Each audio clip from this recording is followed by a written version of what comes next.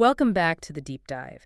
Today, we are plunging into a life that was, well, really just defined by paradox, by frustration, and by an obsessive commitment to craft that, and this isn't an overstatement, fundamentally changed how stories are told.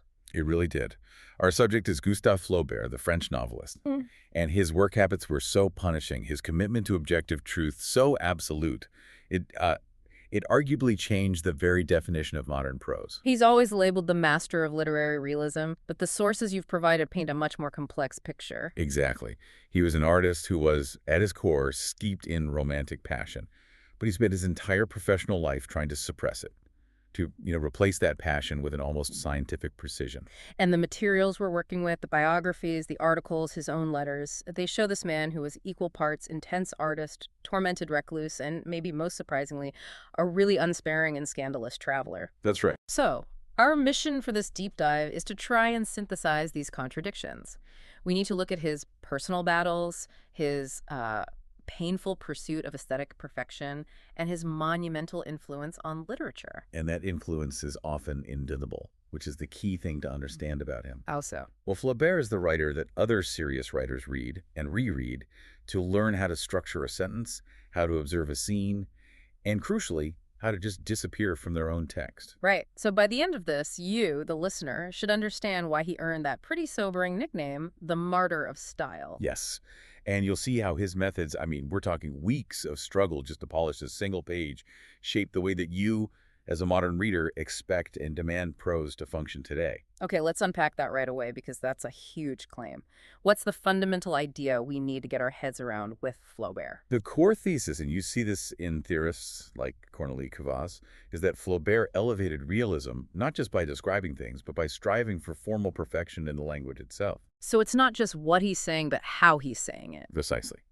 This relentless, formal pursuit of linguistic purity, it resulted in this presentation of reality that tends toward absolute neutrality. He made style, the way the sentence was built, its rhythm, the choice of vocabulary. He made that into an objective method for presenting reality. So style wasn't just decoration for him. It wasn't flair. It was the very mechanism of truth. Yes.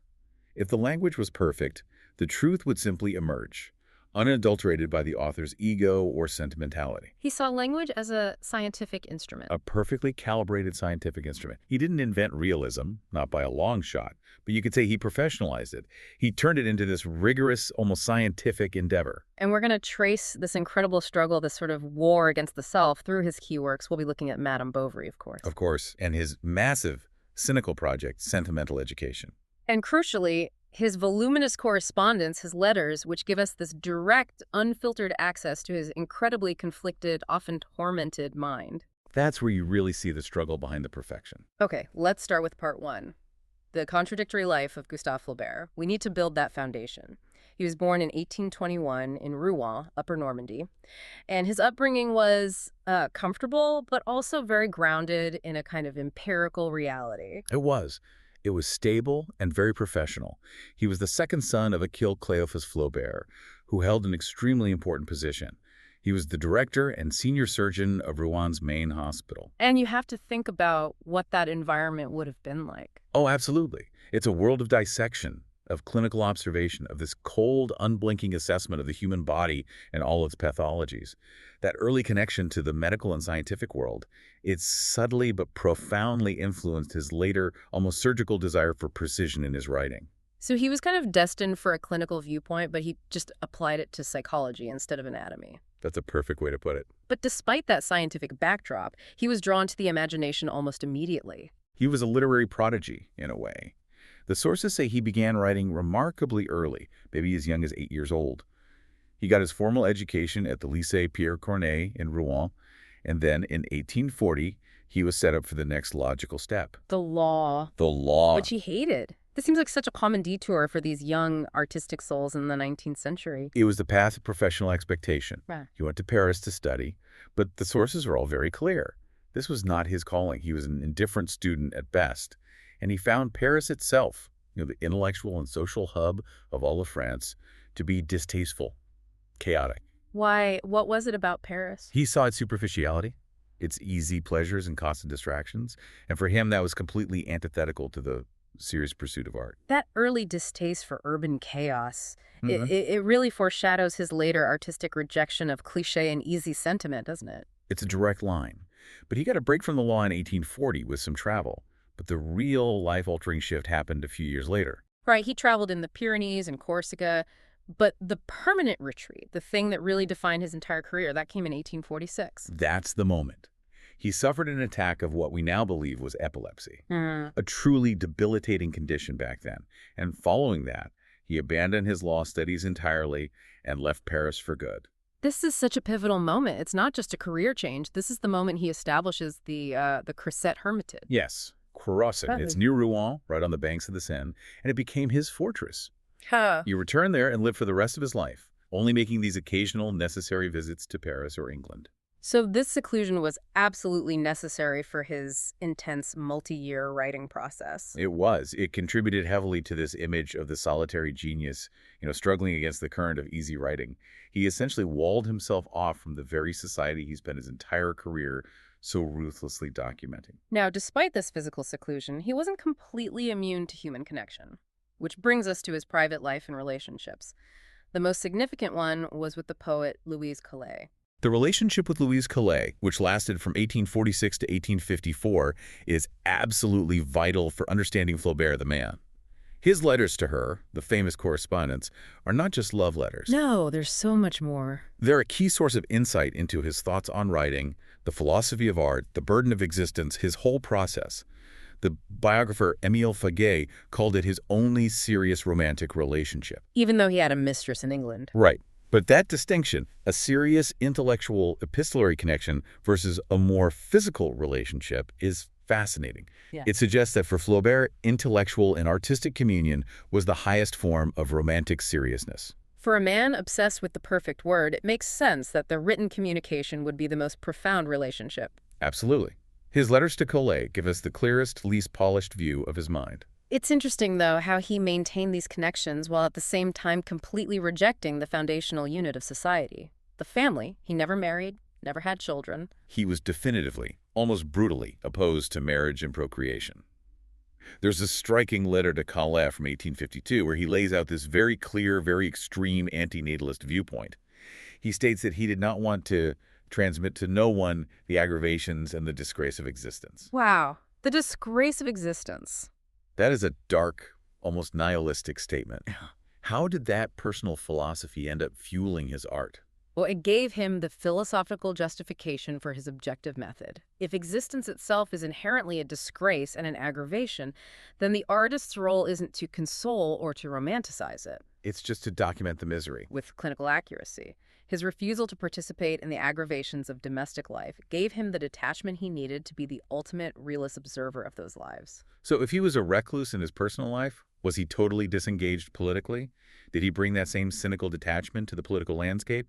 He was highly political and highly critical, especially of the repeated failures and compromises of the French political system in the mid-19th century. He described himself humorously as a romantic and liberal old dunce. Vieux ganache romantique et libéral. Exactly, emphasizing his outdated idealism. But more seriously, he identified as an enraged liberal, a liberal en rage. The sources are clear. He hated all forms of despotism.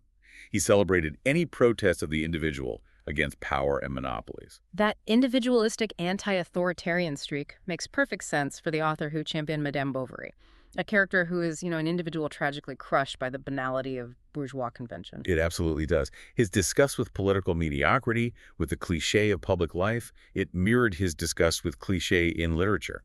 For Flaubert, the two were completely interconnected. Let's move on to his health and his travels in the Middle East, because this is where Flaubert's romantic desire for exotic experience just collides violently with the raw biological reality that forms the foundation of his realism. He definitely embraced the grand romantic tradition of travel before settling into his routine at Creuset. He went to Brittany with his friend Maxime Ducamp in 1846. But the crucial journey was the long one to Greece and Egypt in 1849-50. He also spent time in Istanbul, and then later he went to Carthage specifically for research. Just Lambo, yes. But his travel writings, which we have from his letters, are shockingly explicit, especially when you compare them to the purified, sterile prose of his finished novels. This is one of the biggest contradictions of the man. The unflinching realist was often the most unsparing subject of his own documentation. Flaubert lived with venereal diseases for most of his life. He notably contracted syphilis in Beirut. And he didn't just contract it. He documented the entire experience with the same detached rigor he would later apply to a fictional scene. Exactly. He was incredibly frank in his letters about his sexual activities, often with this strange clinical tone. He suspected a chancre on his penis was from a Maronite or Turkish girl. He even details engaging in intercourse with male prostitutes in Beirut and Egypt, describing one as a pockmarked young rascal wearing a white turban. That level of documentation, this raw, unvarnished chronicling of his own life, his disease, his desires, it's extraordinary. How did he reconcile the meticulous scientific recording of his own chaotic physical experiences with the rigid, pure objectivity he demanded in his published fiction? The correspondence was his testing ground. It was his laboratory notebook. It suggests that the objective method wasn't a rejection of passion, but a transmutation of it. A transmutation, I like that. By observing his own chaos and his own suffering with scientific detachment, he found the mechanism to observe the chaos and suffering of the world. He couldn't write about Emma Bovary's adultery and decline truthfully unless he was equally honest about his own biological and sensual reality. It laid the foundation for his unwavering commitment to seeking truth, even if that truth repelled the reader. Which makes the later struggles of the 1870s even more poignant as his health and his finances started to fail him. Yes, the final decade of his life was marked by suffering that was less romantic and more brutally mundane.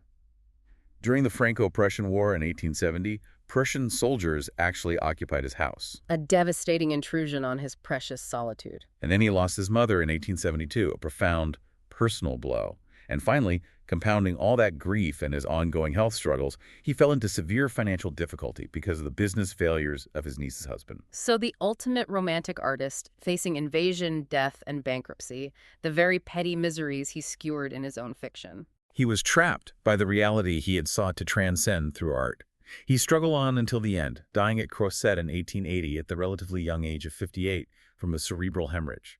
It was a life that spanned this intense, even reckless physical sensation, and at the same time, this rigorous intellectual pursuit and profound, painful solitude. Okay, that brings us to part 2, the career. Scandal, satire, and these incredible 5-year projects. Right. And understanding the man's contradictory drives, that romantic impulse versus the scientific rigor, is essential for understanding his output, which was defined by its glacial pace and its incredible intensity. His first finished work, a novella called November, wasn't published until after he died, so it didn't really shape his reputation. The first real indicator of the Flaubert method and the struggles it entailed came with his attempt at a fantastic subject, the temptation of St. Anthony. The story around St. Anthony is legendary. It perfectly encapsulates the tension between the artist and his audience. In 1849, he finished the first version. And to test it, and this tells you everything about his seriousness, he read the entire manuscript aloud to his trusted friends Louis Boulet and Maxime Duchamp. And he read it over 4 consecutive days without letting them interrupt. Can you just imagine that? The physical ordeal of reading a drag for 96 hours, forcing them to just sit there in silence. It speaks to his absolute commitment to hearing the rhythm of the prose. Yeah. He needed to sound the sentences to find the flaws. But when he finally stopped, completely exhausted, the verdict from his lifelong friends was brutally, almost hilariously honest. What did they say after 4 days of listening? They told him to throw the entire manuscript in the fire. In the fire? In the fire. They suggested he abandon fantastic esoteric subjects and instead focus his immense descriptive power on day-to-day life. It was a catastrophic, soul-crushing failure after this monumental effort. The genius of Flaubert, though, is how he reacted to that criticism. He didn't burn it, but he did internalize their demand for realism. He absolutely pivoted. This failure was the catalyst that propelled him toward the work that would define him. He did later rework and publish versions of St. Anthony, but that core lesson, abandon the fantastical self and focus on observing others, that stuck. And that pivot led him directly to his defining revolutionary work, Madame Bovary. Precisely. After he got back from Egypt in 1850, he accepted their challenge to write about Nothing, a story of provincial life of a bored doctor's wife. And this novel alone took him 5 agonizing years to write. It was first serialized in the Revue de Paris in 1856. And the serialization immediately set off a public firestorm that elevated the novel from a regional drama to a literary flashpoint. The immorality trial. It triggered a massive high-stakes legal scandal. The Second French Empire, specifically the state prosecutor, brought legal action against the publisher and Flaubert himself in 1857. The charge was outrage au bon mœurs, outraging public and religious morality. This wasn't just censorship. It was an attack on the very concept of realism. It was the state demanding that literature should moralize and idealize. And Flaubert's defense essentially argued that his objective method, his lack of authorial commentary, meant he wasn't endorsing Madame Bovary's actions, he was merely documenting them truthfully. Right. The state was arguing that the book's power lay in its ability to seduce the reader because Flaubert refused to overtly condemn his protagonist. But the defense prevailed. Both the author and the publisher were acquitted. And this acquittal was a landmark moment for literary freedom in France. It proved that objective observation, even of distasteful subjects like adultery and debt, had a place in serious art. And the result? The result was that when the novel finally came out in book form, its notoriety fueled this incredibly warm reception. It was immediately established as a foundational text of modern realism. It showed the public that the most meticulous artistic labor could result in explosive social impact. I have to mention that delightful detail from the sources about the novel's strange tangential cultural influence. Ah, yes, the color detail. The novel is famously credited with spreading the popularity of the color Tuscany cypress. Tuscany cypress. Yes, because the color is mentioned so frequently in the descriptions of the provincial setting and Emma's environment, it just entered the popular imagination. It's a small, quirky piece of evidence for the sheer power of Flaubert's brilliant, telling detail. He could make a color famous through the sheer precision of his observation. So, moving past the Bovary scandal, Flaubert just goes right back to his slow-burn, multi-year approach for his later grand projects. The dedication is just staggering. After 5 years on Bovary, he then spent 4 years on his Carthaginian historical epic, Salammbô, which came out in 1862. And that was after his specific research trip to Carthage in 1858. And then came what many critics consider his true masterpiece of detachment, Sentimental Education. L'Éducation Sentimentale, published in 1869, was an even more painstaking project. That one took 7 years. 7 years. It focuses on the romantic and professional disappointments of this young man, Frédéric Moreau, set against the massive political upheaval of the French Revolution of 1848 and the founding of the Second French Empire. It's a masterful blend of personal melancholy and vast, objective political history. It perfectly illustrates the failure of youthful romantic dreams against the grinding reality of history. But the project that he fixated on most in his final years, the one he believed would be his true final statement, remains unfinished. And it's maybe the greatest testament to his cynicism. You're talking about Bouvard et Pécuchet. Exactly, the unfinished masterpiece. This was the ultimate, ongoing, obsessive project of the 1870s. It was originally titled Les Deux Cloportes, or The Two Woodlice. The premise itself is just peak Flaubertian satire. 2 Parisian copy clerks, Bouvard and Pécuchet, inherit some money, move to the country, and proceed to try and exhaust the entirety of human knowledge. From agriculture to philosophy. Everything. Agriculture, medicine, philosophy, science. Only to demonstrate that all learning is futile and leads only to mediocrity. It sounds like the ultimate artistic admission of defeat. Or maybe the ultimate act of aesthetic rigor, a novel dedicated to proving universal foolishness. It's the ultimate paradox. This novel was intended as a grand, comprehensive satire on the futility of human knowledge and the ubiquity of mediocrity. He believed it would be his masterpiece. He dedicated the rest of his life to it, collecting immense amounts of information just to demonstrate that information is worthless. And yet, despite the intensity of that commitment, it didn't guarantee success. Not at all. The unfinished version was published posthumously in 1881. It received a very small print run and mostly lukewarm reviews. It really underscores the risk inherent in his pursuit of a pure, uncompromising artistic ideal. He sacrificed narrative clarity for this comprehensive, cynical satire and the audience. Well, they didn't quite follow him. It's fortunate he broke that obsessive cycle briefly to give us the focused clarity of 3 tales. A critical interlude, yes. Between 1875 and 1877, he composed 3 tales, which includes A Simple Heart, The Legend of St. Julian the Hospitaller, and Herodias.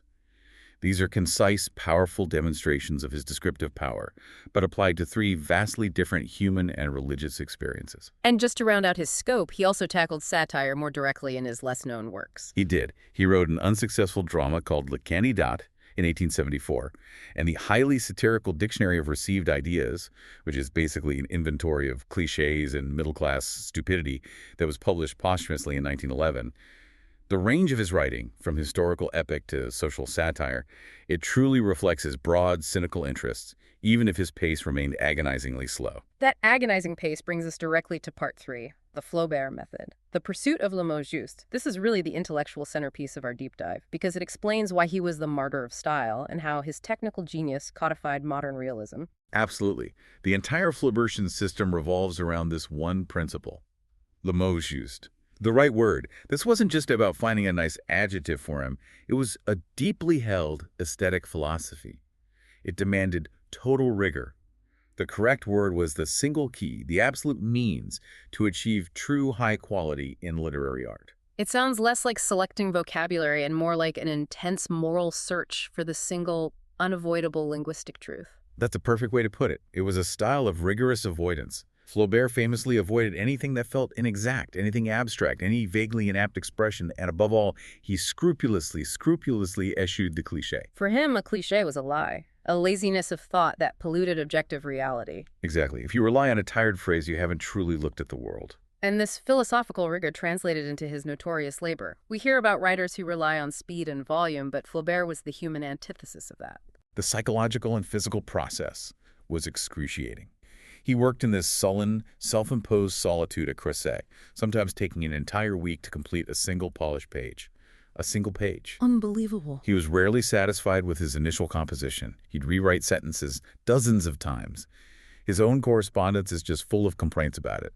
It confirms that correct prose did not just flow out of him easily.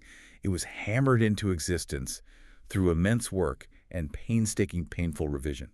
You mentioned before the anecdote about him reading St. Anthony aloud. This relates to a key part of his revision process, which was auditory. He wasn't just looking at the words, he was listening to them. The sound test was essential. He would often read his work aloud in his study, which he called the gueuloir, the galling room or shouting room. He did it to ensure the prose achieved the rhythmic quality he demanded.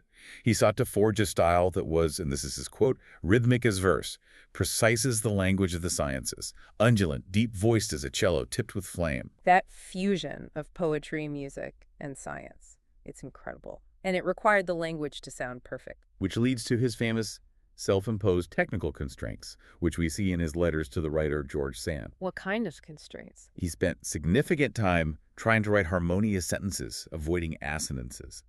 Just think about that level of micromanagement. Assonance is the involuntary repetition of a vowel sound, a subtle musical effect. And Flaubert worried that even a slight unintended musicality could draw attention to the writing itself, pulling the reader out of the objective reality he was trying to create. The prose had to be so clear, so rhythmically perfect, that it became transparent. That ambition to fuse musicality with precision while simultaneously making the author disappear is astonishing, and it leads us directly to his goal of achieving authorial invisibility. This is the concept that truly defines modern narrative technique. His most famous dictums on this are monumental, he declared. An author in his book must be like God in the universe, present everywhere, invisible nowhere. That's a challenging concept. If the author is everywhere, influencing every word, every comma, how can they also be nowhere? Because the effort is hidden behind the perfection of the form. The author's job is to select the details, organize the structure, and choose the mood just so perfectly that the scene just presents itself objectively without any need for commentary or moralizing from a narrator. The author's ego has to be completely removed from the text. Totally. He saw the author's duty as maintaining an unsentimental composure, withdrawing, like, in his words, a good valet from any superfluous commentary. If we connect this back to his personal contradictions, this man who was so expressive and volatile in his private letters and his travels, it seems like his art was his way of exercising total, almost totalitarian control over his own expressive impulses. That is the essential insight. His writing became a cage for his own romantic excess.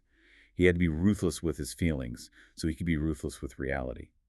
By imposing this scientific discipline, He created a style where the reader is forced to confront the action and the character without the comforting hand of the narrator telling them what to think. This radically increased the burden of interpretation on the reader. And the consequence of this absolute self-imposed rigor is what earned him the title, the Martyr of Style. The primary immediate consequence was his extremely low output. Flaubert published far, far less prolifically than his contemporaries, even other literary giants like Balzac or Zola. They often churned out a novel a year at their peak. While Flaubert spent 5 or 7 years on a single novel. He sacrificed speed, ease, and potentially wealth and popular acclaim, all for linguistic perfection. And that is exactly why the critic Walter Pater famously called Flaubert the martyr of style. He sacrificed his life to the word. This brings us to part 4, the permanent legacy on modern fiction. So the question is, why does the suffering of this isolated man in corset still matter so profoundly to us today? Because that contradiction between the romantic and the realist created something entirely new. He's often boxed in as the ultimate realist, but the sources emphasize he was a synthesis. A bridge between romanticism and realism. He is considered nearly equal parts both, which is why his legacy is so enduring and fragmented. Various schools, from intense realists to formalists obsessed with structure, they can all trace their origins back to him. He was the passionate, highly subjective man who created the most objective, rigorous method. His romantic impulse was the motive for great art, but his realist method was the mechanism. And the publication of Madame Bovary was the undeniable moment when this synthesis took root in the culture. It was seismic. The novel, despite the scandal, established the beginning of something fundamentally new in French literature. The scrupulously truthful portraiture of life. It established that literature had a duty to seek truth, even if that truth, the banality of provincial life, the futility of human desire, repelled the reader. That artistic bravery became the new benchmark. And the influence was immediately felt by his French contemporaries, setting the stage for the next generation of novelists. Absolutely. By the time he died, he was widely regarded as the most influential French realist. He impacted figures like the naturalist Émile Zola, Alphonse Daudet, and Edmond de Goncourt. And crucially, he maintained a formal mentorship with Guy de Maupassant, who was his protege. And Maupassant went on to become one of the greatest masters of the short story format. So Flaubert's influence wasn't just theoretical, it was pedagogical. He taught the next generation. Let's turn to the specific elements of modern narration. The critic James Wood's assessment of Flaubert is essentially a checklist of what we consider good prose today, techniques we just assume were always there. Wood argues that Flaubert decisively established what most readers and writers think of as modern realist narration. His influence is so complete that it's become, in Wood's words, almost too familiar to be visible. These aren't just techniques, they're the bedrock assumptions of modern literary style. So let's elaborate on some of these elements he standardized, which are now sort of invisible tools in the modern writer's toolkit. The first is about detail. Yes, favoring the telling and present detail. Flaubert didn't just describe a room. He found the single precise detail that symbolized the whole situation. Like Charles Bovary's cap. Exactly. The description of Charles Bovary's grotesque, misshapen student cap, it's not just an item of clothing. It immediately signals the mediocrity and the physical awkwardness of the character. That one brilliant detail does the work of several paragraphs of exposition. And linked to that is the second element, privileging a high degree of visual noticing. This is that medical objective eye we talked about, but applied to the world. Flaubert forces the reader to see the texture, the grime, the colors, the flaws of reality. The precision of his descriptions of Emma Bovary's dresses or the interiors of the dull pharmacist Homais' house. It ensures we are entirely grounded in that sensory, flawed world. Third, maintaining unsentimental composure. This is the polar opposite of the romantic novel. Flaubert refuses to let the reader indulge in easy emotion. He presents horrific or pathetic circumstances neutrally, which forces the reader to generate the emotional response internally. This is the hallmark of authorial objectivity. The fourth point goes right back to his invisibility dictum, knowing how to withdraw from superfluous commentary. The good valet analogy. The author is there to serve the scene. If the prose is doing its job, the author doesn't need to step forward and explain that something is tragic or ironic. It should simply be apparent. And importantly, the fifth element, judging good and bad neutrally. The realist avoids moralizing. Flaubert shows us the foolishness of Homais and the tragedy of Emma, but he presents both with equal descriptive vigor. He refuses to assign simple blame. The author is not a priest or a judge, they are a chronicler. These rules explain why so many 20th century giants considered him foundational. Let's talk about his influence on them. His lean and precise writing style heavily influenced subsequent generations, including major modernists and postmodernists. The link to Franz Kafka is perhaps the most instructive. Vladimir Nabokov asserted that the greatest literary influence upon Kafka was Flaubert's. That seems counterintuitive at first, given that Kafka's subject matter is so far removed from 19th century provincial France. It's not counterintuitive when you look at the mechanism of the prose. Kafka adopted Flaubert's objective method, but he applied it to the absurdities of modern bureaucratic existence. Kafka's language is often drawn from law and science. It reads like reports, official letters, endless bureaucratic process.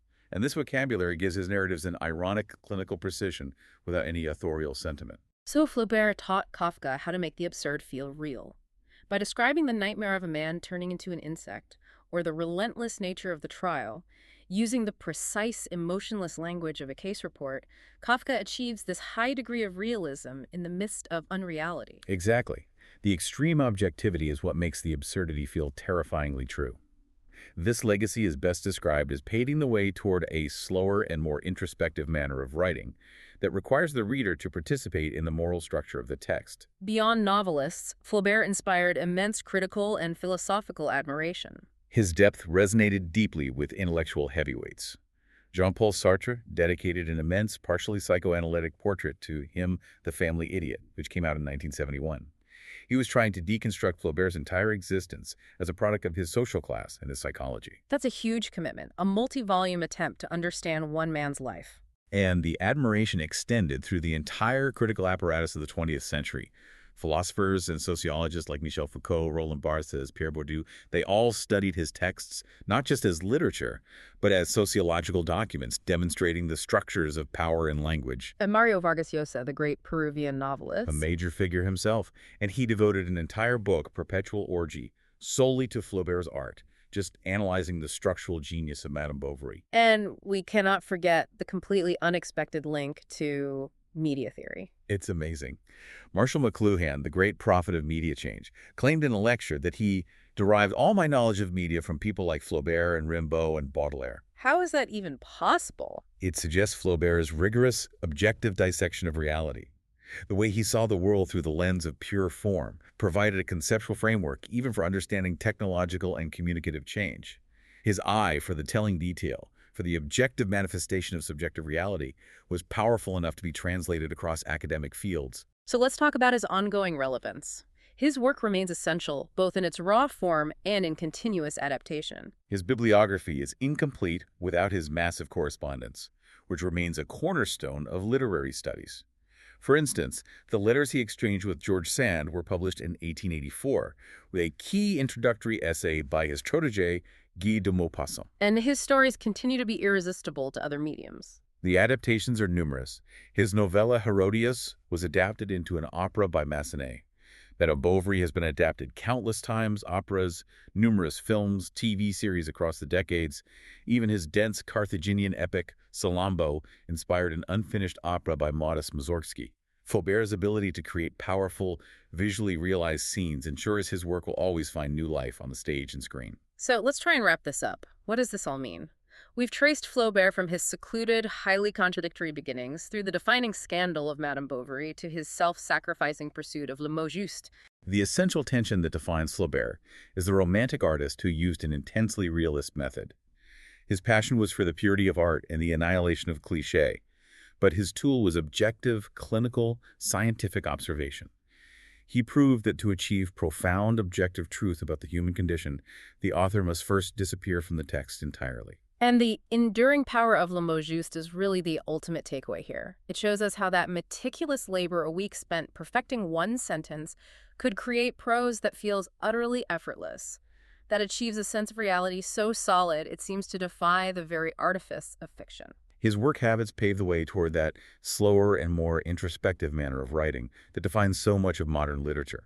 He gave writers permission to be patient, to be precise, to rely on detail rather than declaration, and to reject the easy narrative path.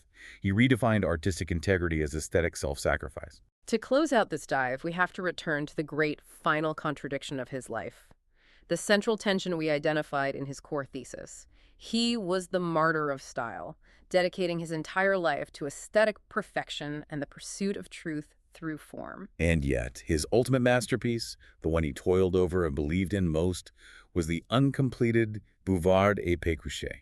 It was a grand, bitter satire on the futility of human knowledge and the ubiquity of mediocrity. And you have to consider the profound, tragic implication of that. This man, who lived the most disciplined and rigorous life dedicated to knowledge and effort, intended his final artistic statement to be a massive novel dedicated to proving that all human knowledge and all effort, even his own, are inherently mediocre and ultimately useless. Was this the ultimate act of objective detachment?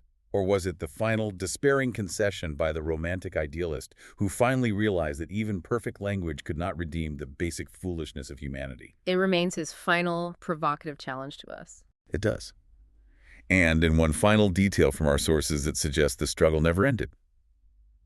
At the time of his death, he may have been planning another grand, passionate historical novel, shifting back momentarily from savage satire to epic drama. What was it about? He was possibly working on a story based on the monumental ancient Battle of Thermopylae, a constant struggle between the cynical realist and the grand romantic right until his final breath.